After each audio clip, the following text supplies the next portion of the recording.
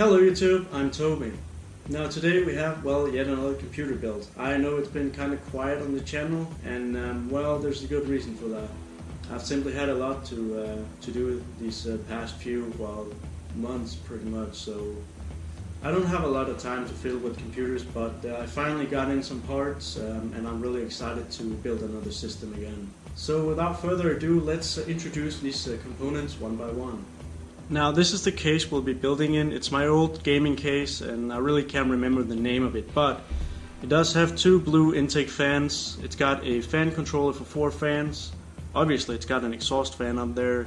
And lastly, it has a 650 watt semi-modular Corsair power supply. This is an Nvidia GTX770. It's built by ASUS and it's the overclocked version, so I'm expecting some good performance out of this one. It does need an 8-pin and a 6-pin power connector. Now obviously we need some storage in our system, and I have a 120 gigabyte SSD for the operating system and other applications that need a little more snap. And for storage I have a a 1 terabyte Toshiba hard disk drive. We also got 2 sticks of the RAM. These are from Corsair. They're the value RAM. They're DDR3 and 4 gigabytes apiece. The CPU in this system is the AMD Athlon X4. I think it's the 845. Really not sure. It's been a while since I've used this for anything, but as I recall, it's a quad-core processor with, I think it's clocked somewhere around 3.5 gigahertz or something like that. Now for cooling, I have an Corsair H45 water cooler. And the motherboard in question is a ASRock FM2 Plus motherboard. Now before we get into the actual build, I have some concerns about this, and some of the older tech guys out there may already figure this one out. I am afraid that this Athlon is going to bottleneck this GTX770 a whole lot, but should that happen, I'll just switch it out with an older and a bit slower card. I think I have an HD 6850 laying around, and if this card is not living up to its full potential, I'm gonna have to switch it out with that. Furthermore, I'm a little concerned if I can cool this, because I don't have a native AM3 cooler laying around, so I'm kind of hoping that one of the adapters for this one works. The reason I really want to use this is because it's pretty much just laying around since I don't really use it anymore, so it'd be nice to just put it in the system and see it have some life again. I'm just gonna go ahead and build, and I'll get back to you once the build is done.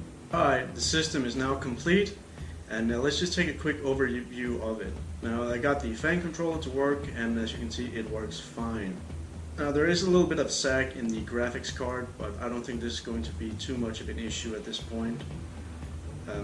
Also, something I'm not too proud of is that I had to secure the water cooler with the zip ties, but I don't think I'm going to keep this water cooler in here. I'm going to get a proper AM3 cooler for this processor. Also, cable management is okay. It's not the greatest, but it was pretty much just done quickly so that I could get the testing done ASAP. Now, the benchmarks I'll be running today are the Cinebench R15 OpenGL, Furmark, Resident Evil 6 benchmarking tool, Counter-Strike Global Offensive, PlayerUnknown Battlegrounds, and Fortnite. Now before I get into the actual benchmarks, I decided to run the user benchmark on this system. And I honestly had higher hopes for it, but the results in gaming was 34%, desktop was 45%, and workstation was 28%. So I honestly thought I'd do better, but I guess not. Generally the CPU seemed to be performing below the expected level, but the GPU was as expected. And the SSD was also below expectation, but I believe the hard disk was above expectations. But that's what you get for buying a cheap SSD. Alright, so onto Cinebench R15. The first thing I kind of noticed was that the processor was recognized as a dual-core processor with 4 threads, which is kind of odd since the box said it was a quad-core processor. But this is not the first time I've seen this with the AMD processors, and kind of feel cheated out, but guess it's not too much of an issue. The final Cinebench score was 292. I honestly thought I'd get more, but I guess not. This also proves that we may have some issues with the CPU bottlenecks in this system. Also ran the OpenGL test in Cinebench and I got the score of 52.76 frames per second. So not too bad, but I guess I expected higher. Next benchmark I decided to run was the Fortnite preset 1080p test. And we got a score of 2,932 points. I don't really use Fortnite too much anymore, but it's just a nice benchmark to have. Next benchmark I decided to run was the Resident Evil 6 benchmarking tool. I set the settings to high and the system actually ran very well, and we ended with a score of 11,811. This is beyond my expectations though, so I'm quite happy about that. The first gaming benchmark I decided to run was Counter-Strike Global Offensive. I set the settings to high, and the first map I decided to load was the benchmarking map. Now the lowest frame rate we got was 30 frames per second, but the frame rate really seemed to be all over the place. But it seemed to be somewhere around 100 frames per second for the most part, with some dips, as I said, down to 30.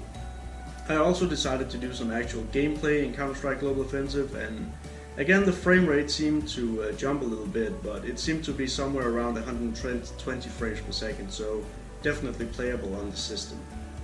The next benchmark I ran was PlayerUnknown Battlegrounds. I set the settings to medium. And I have to say that this wasn't really a very enjoyable experience. Although the frame rate seemed to be jumping anywhere from 24 to 70 frames per second, there was a lot of stuttering. It really didn't make the game that unplayable, but it definitely seemed to be an issue with the stuttering. And as you can tell, I died. I was also running this game without the sound, so I couldn't really hear where the shots were coming from. And now to the next benchmark. I can already say I had higher hopes about Fortnite. Keep in mind that I was running Fraps and Steam in the background as well, so the CPU was definitely being pushed to its limits. But for the most part, it seemed like the game was running between 40 and 65 frames per second. At medium settings, I may add. Again, I expected more from Fortnite. I really never had issues running Fortnite on any system, but this system seemed to be in trouble with this game. Again, it seemed there was a lot of stuttering every now and then, so... But then again, I don't play Fortnite that much, and I'm not really into the different game modes, but I just thought I'd try it out, and well, it is playable, but not that enjoyable on this system. Okay, so those were the benchmarks for the system, and I actually I ran MSI Afterburner while I was doing the gaming benchmarks, and what I was really wanting to see was whether the CPU was bottlenecking the GPU. And well, in CSGO and PUBG it kind of looked like it, but it wasn't too easy to tell.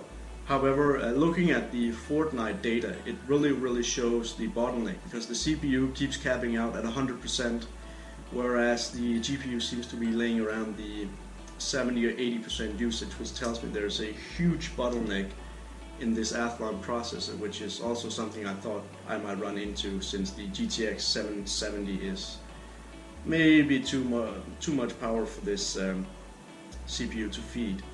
Now the plans for this system is that I'm going to switch out the GTX770 and well, I'm going to switch it out with an Radeon HD 6850. I think that may be more an equal man to the Athlon, but I'll have to do some testing in order to figure that one out.